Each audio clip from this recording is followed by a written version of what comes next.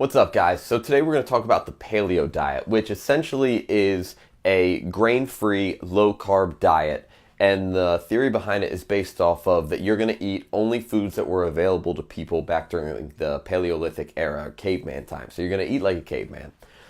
The diet is this: eat lean meats and seafood, lots of vegetables, some nuts and seeds, some fruits, and then healthy fats like ghee and coconut oil. And then avoid foods that are grains, dairy, legumes, including peanuts, soy, sugar, alcohol, and anything that's processed. So if it has a food label on it, an expiration date, don't eat it. Shop around the perimeter of the grocery store. Get all natural foods that you cook at home.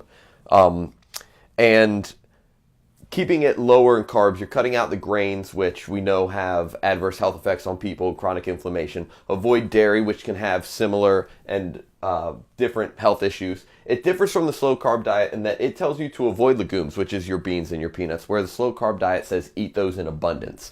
We're not going to get into the difference in terms of health between those today, but we are going to remind you that the paleo diet is just a theory.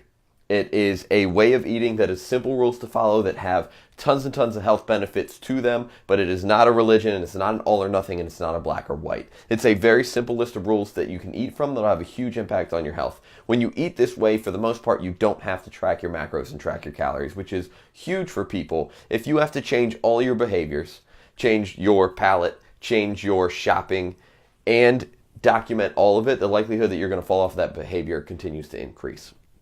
All these things are going to be very healthy for you, macro and micro.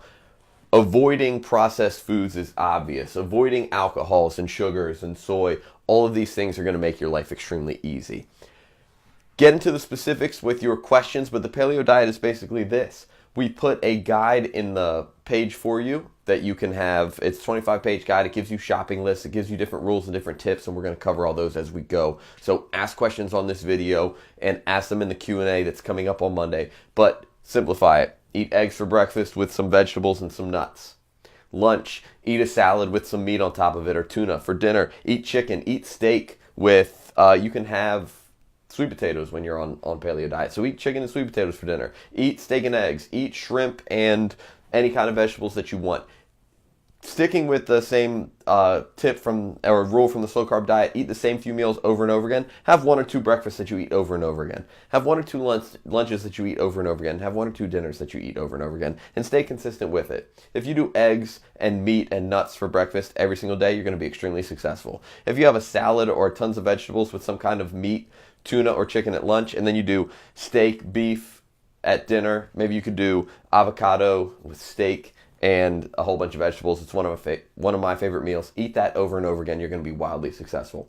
When you're doing this, you don't have to track, which is one of the positives to it, but you still should, because it's easy to, when you're doing paleo diet, to still overeat on fat. If you're not paying attention, you add some avocados, a little more nuts and seeds, and a little more fat in your meats than you realize, you can still overeat in terms of total volume. There's going to be a lot more specifics coming about this, but ask your questions now. Do the work.